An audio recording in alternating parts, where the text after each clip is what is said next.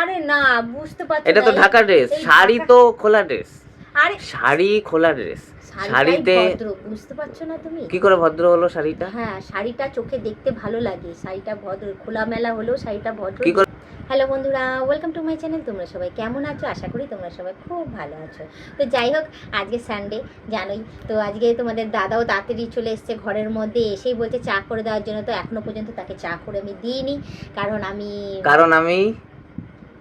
বলো বলো বলো। কারণ আমি ডিসিশন নিয়েছি যে ঘুরতে যাব। তো ঘুরতে যাব তো শাড়ি পরে যাব বলেছি। তো মোটেও চাইছে না যাতে আমি শাড়ি পরে যাই। হ্যাঁ দেখো বন্ধুরা, এখন আজকে রবিবার দিন, হ্যাঁ প্রত্যেক দিনই বৃষ্টি হচ্ছে, ওয়েদার খারাপ থাকছে, আজকে ছুটির দিন আছে। তো আমি মিলিকে বলছিলাম যে চলো একটু ঘুরে আসি, ওই বলে রেখেছিল, এই জন্য আমি তাড়াতাড়ি উঠে পড়েছি। তারপর তো পাত্তা নেই, কোথায় গল্প করছিল, দাঁড়িয়ে দাঁড়িয়ে গল্প করে এলো টেলো, এসে টেসে এখন বলছি রেডি হতে, বলছে শাড়ি পরে যাবে। এই এখন কি এখান থেকে আশেপাশে একটু ঘুরতে যাবো, তার জন্য কি শাড়ি পরে যায়? আমি বলছি এই যে আমি হলুদ গেঞ্জিটা টি শার্টটা কিনে দিয়েছি, এটা পরো, অথবা আমার পছন্দের এটা তুমি পছন্দ করেছিলে, নাও হাতে নাও একবার।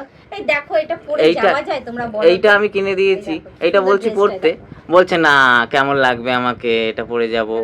এটা তো পুরো ঢাকাই, ঢাকা ড্রেস পরে ভালো লাগবে না। যা বাবা, কে কি বলবে? ঢাকা ড্রেস পরে তুমি যাবে না? তুমি কি খোলা খোলা ড্রেস পরে যাবে নাকি? আরে না, বুঝতে পারছো না, এটা তো ঢাকা ড্রেস, শাড়ি তো খোলা ড্রেস। আরে শাড়ি খোলা ড্রেস, শাড়িতে ভদ্র, বুঝতে পারছো না তুমি? কি করে ভদ্র হলো শাড়িটা? হ্যাঁ, শাড়িটা চোখে দেখতে ভালো লাগে, শাড়িটা ভদ্র, খোলামেলা হলেও শাড়িটা ভদ্র। কি করে ভদ্র? পিঠ তোমার খোলা থাকছে, শাড়িতেই নারী। হ্যাঁ, শাড়িতেই নারী, কথাতেই আছে। পিঠ খোলা থাকছে তোমার, পেট খোলা থাকছে, সব দেখা যাচ্ছে, এটা তো ভালো ঢাকা পুরো। এটাতে গায়ের সাথে চিপকে যাচ্ছে, বুঝতে পারছো না? সেটা কি তোমার দোষ? চিপকে যাচ্ছে, গায়ের সাথে চিপকে যাচ্ছে। তোমার চেহারাটা ওরকম তো কি আছে, ভালো তো ফিটিং জিনিস। তোমার তো যা জিনিস আমি অর্ডার দিই বা কিনি সবই দেখি ঢিলে হয়, লুজ হয়, সেলাই করতে হয়। এই একটা এমন ড্রেস, যেই ড্রেসটা আমি একদম পারফেক্ট তোমার ফিটিং হয়েছে। ফিটিং কিনেছো কেন? একটু লুজ কিনতে পারতে। এই আবার অন্য কথা, এতদিন বলতো ফিটিং কিনবে, এখন বলছো লুজ কিনবে। না, অনেকে অনেক মন্তব্য করে ফেলবে, তখন আমি কি করব?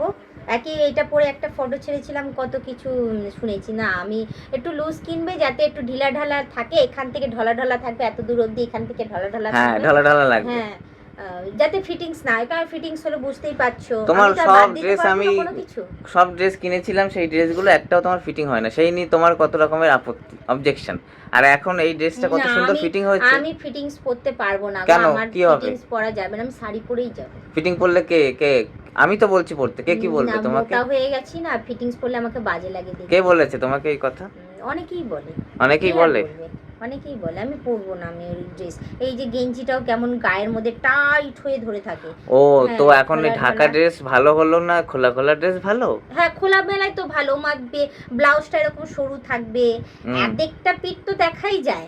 ব্লাউজটা যদি এরকম সরু ফিতেওয়ালা থাকে, আর এরকম যদি থাকে অর্ধেকের আর অর্ধেক, পুরোটা ব্যাকলেস হয়ে যাচ্ছে, অসুবিধার কি আছে? তো ওটা তো বেটার ড্রেস। ওটা বেটার ড্রেস হয়ে গেল। বেটার ড্রেস, অ্যাট লিস্ট যা হবে, যা থাকবে শাড়ির আড়ালে থাকবে, আড়ালে থাকবে না। নেটের শাড়ি পরে নেবো না, হয় কি আছে, অসুবিধা কি আছে? না, নেটের শাড়ি আমার পছন্দ নয়। নেটের শাড়ি, স্লিভলেস ব্লাউজ, ওগুলো আমার পছন্দ নয়, ওগুলো তো দেখা যায় না। ওটা দেখা যায়, কে বলছে ওটাই ভদ্র? ওটাই ভদ্র? ওটাই ভদ্র। কে বলেছে ওটা ভদ্র? সবাই বলে, সবাই বলে, বাড়ির লোক থেকে শুরু করে বাইরের লোক থেকে শুরু করে সবাই বলে ওইটাই ভদ্র। আচ্ছা, নেটের শাড়ির সাথে ব্যাকলেস টাইপের ব্লাউজ পরবে, কোন ফিতে ফিতে বাঁধা আলা, হ্যাঁ, আর ওই শাড়িটা পরবে এক প্রিন্ট করে, বা লেহেঙ্গা কে পরবে, অসুবিধা নেই, ওটাই ভালো, এগুলোই ভালো। লেহেঙ্গাতে ওই যে ব্লাউজ থাকে না, নিচে স্কার্ট টাইপের থাকে, আর একটা ওড়না থাকে এই সাইড থেকে।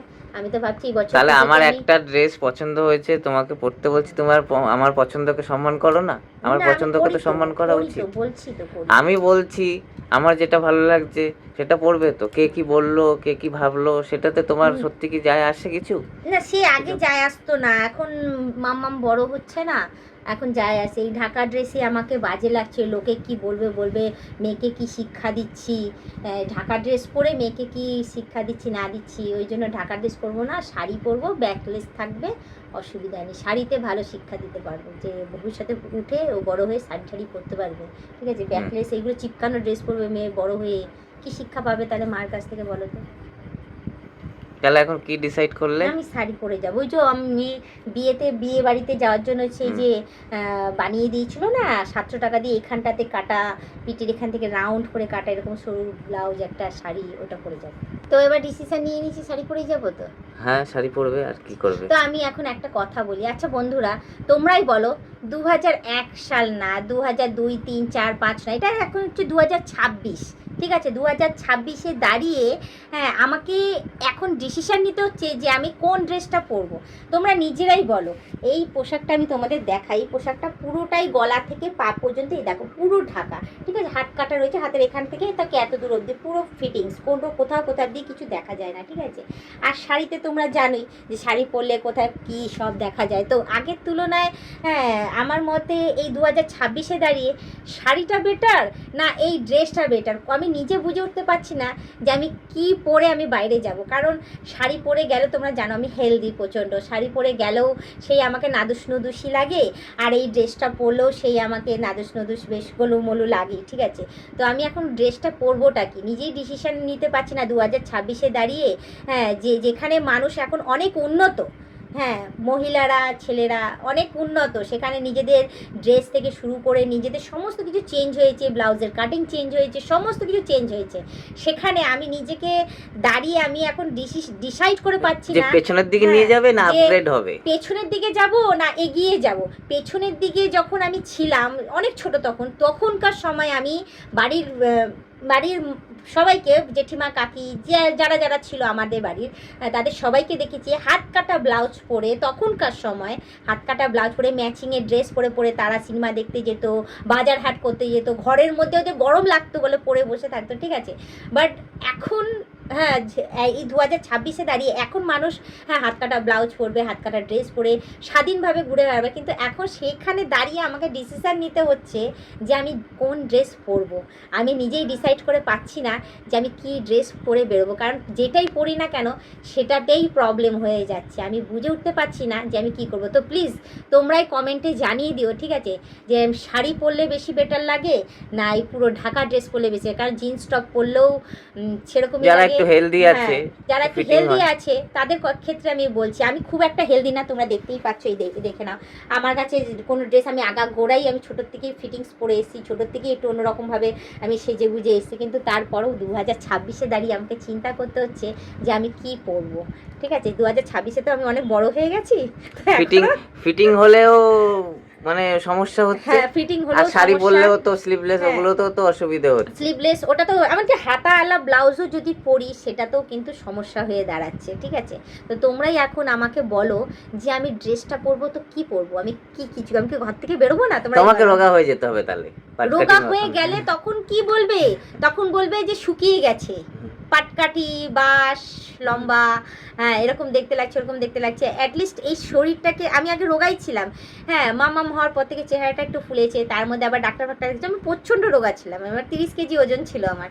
সেখানে ওষুধপত্র খেয়ে দিয়ে একটুখানি খাওয়া দাওয়া ঠিকঠাক, খুব গরিব ফ্যামিলির মেয়ে ছিলাম তো, এখন এসে সেই খাওয়া দাওয়ারগুলো পাচ্ছি, ভালো ভালো ফুড খেয়ে চেহারা হয়েছে। আর তোমরা জানি মাম হয়েছে, সিজারে বাচ্চা হলে তো অটোমেটিক চেহারা ফুলে মেয়ে ছেলে, তো সেরকমই আমার ফুলে গেছে, কি করা যাবে বলে আমি এখন বুঝে উঠতে পারছি না কোন ড্রেসটা পরবো আর কি পরলে আমাকে বেটার লাগবে।